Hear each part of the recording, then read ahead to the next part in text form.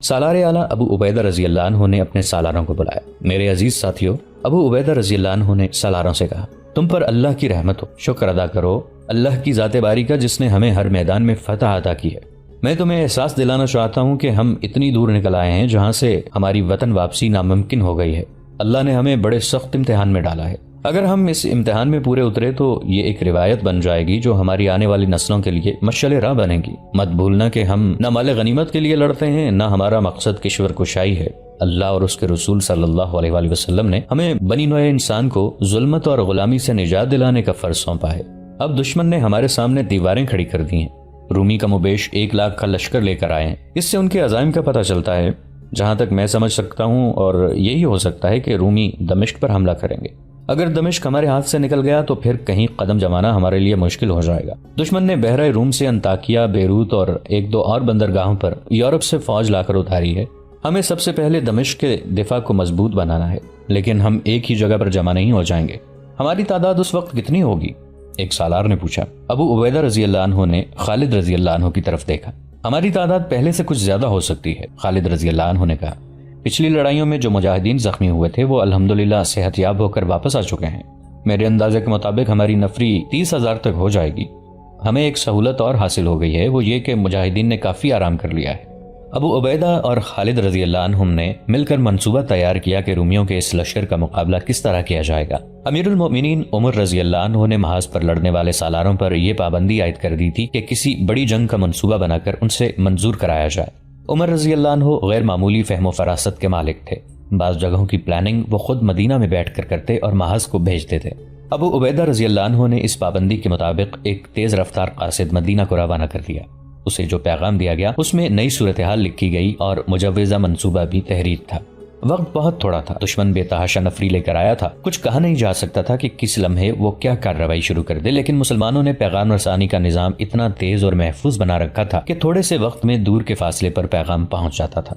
امیر المؤمنین نے صورتحال اور منصوبے کا جائزہ لیا، اس میں کچھ رد و بدل کیا اور منصوبے کی منظوری دے دی۔ یزید بن ابو سفیان رضی اللہ عنہ دمشق میں تھے، وہ سالار بھی تھے اور دمشق کے حاکم بھی۔ انہیں پیغام بھیجا گیا کہ دشمن کیا صورتحال پیدا کر رہا ہے اور وہ بدستور دمشق میں رہیں۔ انہیں یہ ہدایت بھی دی گئی کہ دمشق کے شمال مغرب میں جاسوسوں اور دیکھ بھال کرنے والے آدمیوں کے ذریعے نظر رکھیں، کیونکہ توقع یہی ہے کہ رومی ادھر سے حملہ کریں گے۔ سالار شرجیل رضی اللہ عنہ بن حسنہ اپنے دستوں کے ساتھ اس علاقے میں تھے جس میں بیسیان اور مخل واقع تھے۔ خلیفہ عمر رضی اللہ عنہ نے خاص طور پر لکھا تھا کہ سالار شرجیل رضی اللہ عنہ کو اس جنگ کے لیے سالار مقرر کیا جائے جس کی رومی تیاری کر کے آئے ہیں۔ خالد رضی اللہ عنہ کو اس فوج کے ہراول دستے کی سالاری سونپی گئی تھی۔ جنوری 635 عیسوی کے دوسرے ہفتے میں ان دستوں نے، جن کی تعداد تقریباً 30,000 تھی، کوچ کیا۔ انہیں جیسیان سے کچھ دور فہل کے مقام تک پہنچنا تھا۔ یہ دستے جب فہل پہنچے تو دیکھا کہ وہاں رومی فوج نہیں تھی۔ وہاں روم کی پوری فوج کو نہیں ہونا چاہیے تھا۔ خبر ملی تھی کہ چند ایک دستے وہاں موجود ہیں، لیکن یہ دستے جا چکے تھے۔ وہاں کے مقامی لوگوں نے بتایا کہ رومیوں کے دستے بیسان چلے گئے ہیں، جہاں ان کے پورے لشکر کا اجتماع ہے۔ مسلمان آگے بڑھنا چاہتے تھے، لیکن دریا کے دونوں طرف دور دور تک دلدل تھی جس میں سے گزرنا ممکن نہیں تھا۔ بعض مورخوں نے لکھا ہے کہ یہ دلدل دریا کے دونوں کناروں سے لے کر 1-1 میل دور تک پھیلی ہوئی تھی۔ یہ علاقہ سطح سمندر سے کئی 100 فٹ نیچے ہے اور وہاں اس دور میں نشیب زیادہ تھا۔ دیکھا گیا کہ وہاں دریا کے کنارے ٹوٹے ہوئے نہیں تھے، پھر بھی یہ پانی کہاں سے آ گیا ہے جس نے اس نشیبی علاقے کو دلدل بنا ڈالا تھا۔ کچھ دور اوپر جا کر دیکھیں، ایک مقامی آدمی نے بتایا۔ فہل میں رومی فوج کے دستے رہتے تھے، وہ یہاں سے چلے گئے۔ اوپر کی طرف جا کر انہوں نے دریا میں پتھروں کا بند باندھا اور دونوں کنارے توڑ دیے۔ اس طرح اوپر سے یہ پانی یہاں آ کر جمع ہو گیا اور پھیلتا چلا گیا۔ رومیوں نے مسلمانوں کو روکنے کا بڑا سخت انتظام کیا تھا۔ رومیوں نے غالباً یہ سوچا تھا کہ مسلمان صحرا میں یا میدان میں چلنے اور لڑنے کے عادی ہیں اور وہ دلدل میں سے نہیں گزر سکیں گے۔ اگر انہوں نے یہ سوچا تھا تو ٹھیک سوچا تھا۔ دلدل مسلمانوں کے لیے بالکل نئی چیز تھی۔ ان کے لیے تو چٹانیں اور پہاڑیاں بھی نئی چیزیں تھیں، لیکن انہوں نے پہاڑی علاقوں میں بھی لڑائیاں لڑی تھیں اور دشمن کو شکست دی تھی۔ وہ دلدل میں سے بھی گزر جاتے، لیکن ان کے پاس اتنا وقت نہیں تھا۔ سالار شرجیل رضی اللہ عنہ نے دلدل سے کچھ دور ہٹ کر اپنے دستوں کو ایک ترتیب میں کر دیا۔ دائیں اور بائیں پہلو پر ابو عبیدہ اور عمرو بن عاص رضی اللہ عنہم تھے۔ سوار دستے کی کمان زرار رضی اللہ عنہ بن الازور کو دی گئی تھی۔ خالد رضی اللہ عنہ کو وہ دستے دیے گئے جنہیں بیسان کی طرف جانا تھا۔ خالد رضی اللہ عنہ ہراول میں تھے۔ کچھ آگے گئے تو دلدل نے ان کے پاؤں جکڑ لیے۔ خالد رضی اللہ عنہ اپنی عادت کے مطابق دلدل میں گزرنے کی کوشش کرنے لگے، لیکن دلدل زیادہ ہی زیادہ ہوتی گئی اور وہ مقام آ گیا جہاں دلدل میں سے پاؤں نکالنا بھی ناممکن ہو گیا۔ چنانچہ وہ دلدل میں سے نکلنے لگے، نکلنا بھی دشوار ہو گیا۔ بڑی کوشش کے بعد خالد رضی اللہ عنہ اپنے دستوں کے ساتھ دلدل سے نکلے اور واپس فہل آ گئے۔ رومی سالار ثقلار تجربہ کار سالار تھا، وہ جنگ کے لیے بالکل تیار تھا۔ مورخ لکھتے ہیں کہ وہ اپنے اس دھوکے کو کامیاب سمجھتا تھا کہ مسلمان دلدل میں سے نہیں نکل سکیں گے۔ اسی دلدلی علاقے میں ایسی جگہ بھی تھی جہاں پانی کے نیچے زمین بہت سخت تھی اور وہاں کیچڑ نہیں تھا، وہاں سے آسانی سے گزرا جا سکتا تھا۔ اس قسم کے راستے کا علم صرف رومیوں کا تھا۔ ثقلار نے اپنے لشکر کے کچھ دستے الگ کیے اور انہیں ایک جگہ اکٹھا کیا۔ عظمت روم کے پاسبانوں، اس نے اپنے لشکر سے کہا، آج تمہارا دشمن پھندے میں آ گیا ہے، مسلمان دلدل میں سے نہیں گزر سکے گے۔ انہوں نے دلدل سے پرے فہل کے مقام پر پڑاؤ ڈال دیا ہے، ہم اسی دلدل میں سے جس میں سے مسلمان نہیں گزر سکے انہیں گزر کر دکھائیں گے۔ وہ سمجھتے ہوں گے کہ ان کے آگے دلدل ہے جو انہیں ہم سے محفوظ رکھے گی، ہم رات کو حملہ کریں گے۔ اس وقت وہ اپنے پڑاؤ میں گہری نیند سوئے ہوئے ہوں گے۔ اے رومیو، یہ رات کی لڑائی ہوگی جو آسان نہیں ہوتی، لیکن آج تمہیں اپنے ان ساتھیوں کے خون کا بدلہ لینا ہے جو اب تک مسلمانوں کے ہاتھوں مارے گئے ہیں۔ تمہیں اپنا شکار سویا ہوا ملے گا، کوئی ایک بھی زندہ نکل کر نہ جائے۔ ان کے گھوڑے، ان کے ہتھیار اور ان کے پاس ہمارا لوٹا ہوا جو مال ہے، یہ سب تمہارا ہے۔ اگر تم ان سب کو ختم کر دو گے تو سمجھو کہ تم نے اسلام کو ختم کر دیا، اور یہی ہمارا مقصد ہے۔ شہنشاہ ہرقل کا یہ وہم دور کر دو کہ ہم مسلمانوں کو شکست دے ہی نہیں سکتے۔ رومی سپاہی یہ سن کر کہ وہ اپنے دشمن کو بے خبری میں جا لیں گے، جوش سے پھٹنے لگے۔ ان میں کچھ ایسے بھی تھے جو پہلی لڑائیوں میں مسلمانوں کے ہاتھوں زخمی ہوئے تھے، کئی بھاگے بھی تھے، وہ دانت پیس رہے تھے، وہ انتقام کی آگ میں جل رہے تھے اور وہ مسلمانوں کو اپنی تلواروں سے کٹتا اور برچیوں سے چھلنی ہوتا دیکھ رہے تھے۔ 23 جنوری 635 عیسوی بمطابق 27 ذیقعد 13 ہجری کا سورج غروب ہو گیا تو رومیوں کے سالار ثقلار نے اپنی فوج کو تیاری کا حکم دیا۔ شام بڑی تیزی سے تاریک ہو گئی۔ ثقلار نے پیش قدمی کا حکم دے دیا۔ اسے دلدل میں سے گزرنے کا راستہ معلوم تھا، اپنے دستوں کو اس نے اس راستے سے گزارا۔ جب تمام دستے گزر آئے تو ثقلار نے انہیں اس ترتیب میں کر لیا جس ترتیب میں حملہ کرنا تھا۔ یہ حملہ نہیں، شب خون تھا اور یہ یک طرفہ کارروائی تھی۔ اس ترتیب میں ثقلار نے اپنے دستوں کو فہل کی طرف پیش قدمی کا حکم دیا۔ وہ خود سب سے آگے تھا۔ اس نے پیش قدمی کی رفتار تیز نہ رکھی تاکہ مسلمانوں کو ان کے آنے کی خبر ہو جائے، خبر ہو بھی جائے تو انہیں سنبھلنے کی مہلت نہ دی جائے۔ رومی اس جگہ پہنچ گئے جہاں مسلمانوں کا پڑاؤ تھا، لیکن وہاں کچھ بھی نہیں تھا۔ ثقلار جاسوسوں کو کوسنے لگا جنہوں نے اسے بتایا تھا کہ پڑاؤ فلاں جگہ ہے۔ اسے اللہ اکبر کے نعرے کی گرج سنائی دی، اس کے ساتھ ہی مشعلیں جل اٹھیں۔ ثقلار نے دیکھا کہ مسلمان نہ صرف بیدار ہیں بلکہ لڑنے کی ترتیب میں کھڑے ہیں۔ سالار شرجیل رضی اللہ عنہ محتاط سالار تھے۔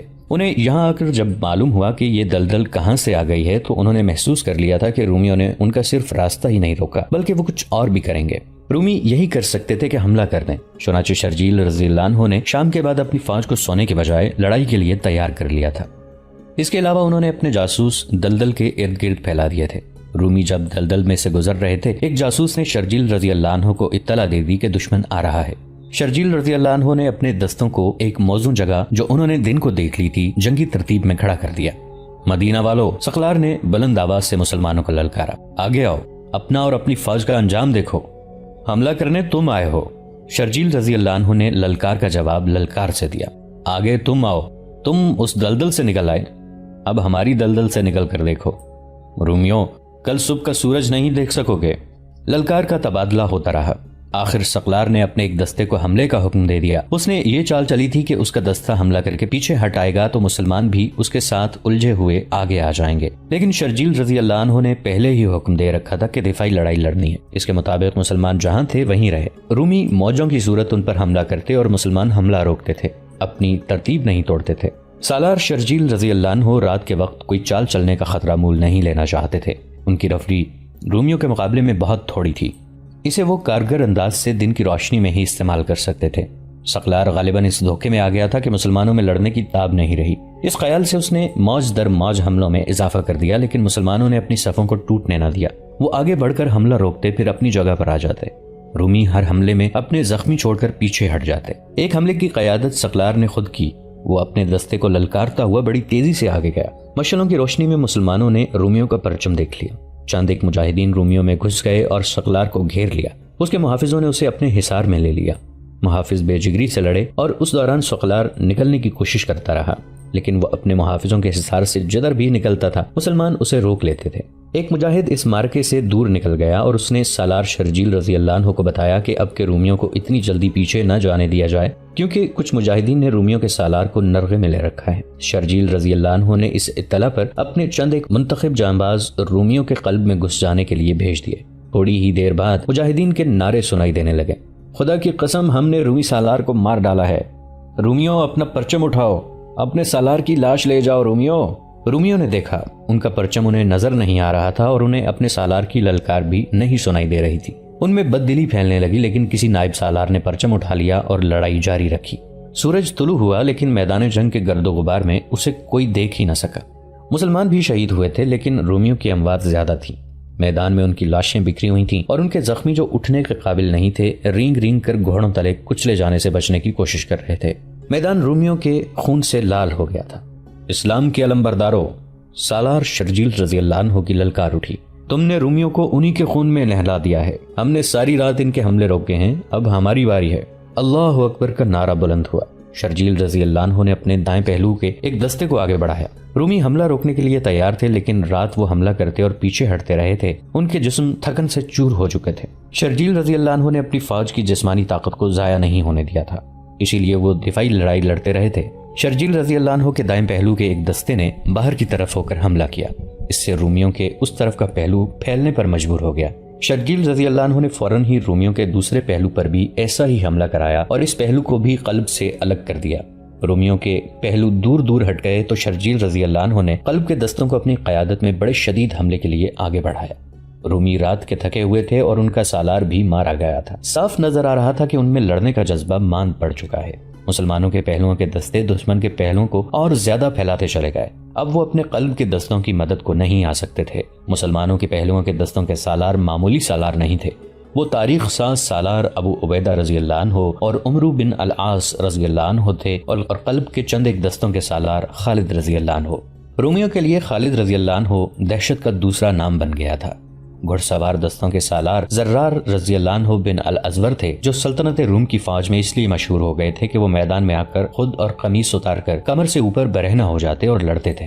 انفرادی مارکا ہوتا یا دستہ کی کمان کر رہے ہوتے، وہ اس قدر تیزی سے پینترا بدلتے تھے کہ دشمن دیکھتا رہ جاتا اور ان کی برچھی میں پرو دیا جاتا یا تلوار سے کٹ جاتا تھا۔ مسلمانوں کی نفری بہت کم تھی، اس کمی کو ان سالاروں نے ذاتی شجاعت، جارحانہ قیادت اور عسکری فہم و فراست سے پورا کیا، اور سورج غروب ہونے میں کچھ دیر باقی تھی جب رومی نفری کی افراد کے باوجود منہ موڑنے لگے۔ رومیوں میں یہ خوبی تھی کہ وہ تتر بتر ہو کر بھاگا نہیں کرتے تھے۔ ان کی پسپائی منظم ہوتی تھی، لیکن فحل کے مارکے سے وہ بری طرح بھاگے تھے۔ ان کی مرکزی قیادت ختم ہو چکی تھی اور ان کا جانی نقصان اتنا ہوا تھا کہ نہ صرف یہ کہ ان کی نفری کم ہو گئی تھی، بلکہ اتنا زیادہ خون دیکھ کر ان پر خوف طاری ہو گیا تھا۔ ان کی ایسی بے ترتیب پسپائی کی وجہ اور بھی تھی۔ ان کا سالار سقلار انہیں دلدل میں سے نکال لایا تھا۔ اسے معلوم تھا کہ کہاں سے زمین سخت ہے جہاں پاؤں کیچڑ میں نہیں دھسیں گے، مگر اب ان کے ساتھ وہ سالار نہیں تھا۔ اس کی لاش میدان جنگ میں پڑی تھی۔ سپاہیوں نے اس لیے بھاگنا شروع کر دیا تھا کہ وہ جلدی جلدی دلدل میں وہ راستہ دیکھ کر نکل جائیں۔ سالار شرجیل رضی اللہ عنہ نے دشمن کو یوں بھاگتے دیکھا تو انہیں دلدل کا خیال آیا۔ انہوں نے دشمن کے تعاقب کا حکم دے دیا۔ مسلمان پیادے اور سوار نعرے لگاتے ان کے پیچھے گئے تو رومی اور تیز دوڑنے لگے، لیکن دلدل نے ان کا راستہ روک لیا۔ ہڑبونگ اور افراتفری میں انہیں یاد ہی نہ رہا کہ دلدل میں سے وہ کہاں سے گزر کر آئے تھے۔ ان کے پیچھے بھی موت تھی، آگے بھی موت۔ وہ دلدل میں داخل ہو گئے اور اس میں دھنسنے لگے۔ مسلمان بھی دلدل میں چلے گئے اور انہیں بری طرح کاٹا۔ جو رومی دلدل میں اور آگے چلے گئے تھے انہیں تیروں کا نشانہ بنایا گیا۔ دریا کا پانی چھوڑ کر رومیوں نے جو دلدل پیدا کی تھی کہ مسلمان آگے نہ بڑھ سکیں، وہ دلدل رومیوں کے لیے ہی موت کا پھندا بن گئی۔ فحل میں لڑے جانے والی اس مارکے کو ذات الروغہ یعنی کیچڑ کی لڑائی کہا جاتا ہے۔ اس میں سے بہت تھوڑے رومی بچ سکے تھے، وہ بیسان چلے گئے تھے۔ اس مارکے میں 10,000 رومی مارے گئے تھے، اور جو زخمی ہو کر میدان جنگ میں رہ گئے تھے ان کی تعداد بھی کچھ کم نہ تھی۔ سالار شرجیل رضی اللہ عنہ نے وہاں زیادہ رکنا مناسب نہ سمجھا۔ وہ دشمن کے ساتھ سائے کی طرح لگے رہنا چاہتے تھے تاکہ دشمن پھر سے منظم نہ ہو سکے۔ انہوں نے ابو عبیدہ رضی اللہ عنہ اور خالد رضی اللہ عنہ کو چند ایک دستوں کے ساتھ فحل میں رہنے دیا اور خود باقی ماندہ فوج کے ساتھ آگے بڑھے، لیکن دلدل نے پھر ان کا راستہ روک لیا۔ انہوں نے 2-3 زخمی رومیوں سے پوچھا کہ دلدل سے پار جانے کا راستہ کون سا ہے۔ رومی زخمیوں نے انہیں ایک اور راستہ بتا دیا۔ یہ بڑے ہی دور کا چکر تھا، لیکن دلدل سے گزرنے میں بھی اتنا ہی وقت لگتا تھا جتنا دوسرا راستہ اختیار کرنے میں۔ شرجیل رضی اللہ عنہ نے ابو عبیدہ رضی اللہ عنہ اور خالد رضی اللہ عنہ کو ان دستوں کے ساتھ فہل میں چھوڑ دیا اور دلدل سے دور ہٹ کر اس راستے سے گزر گئے جو رومی زخمیوں نے انہیں بتایا تھا۔ انہیں دریائے اردن بھی عبور کرنا پڑا۔ انہوں نے آگے بڑھ کر بیسان کا محاصرہ کر لیا۔ بیسان میں رومیوں کی خاصی نفری تھی۔ ہرقل نے نفری کے بلبوتے پر مسلمانوں کو فیصلہ کن بلکہ تباہ کن شکست دینے کا انتظام کیا تھا۔ اس کے منصوبے کی پہلی ہی کڑی ناکام ہو گئی تھی۔ فہل کے مارکے کے بھاگے ہوئے رومی چند ایک ہی خوش قسمت تھے جو دلدل سے نکل گئے تھے۔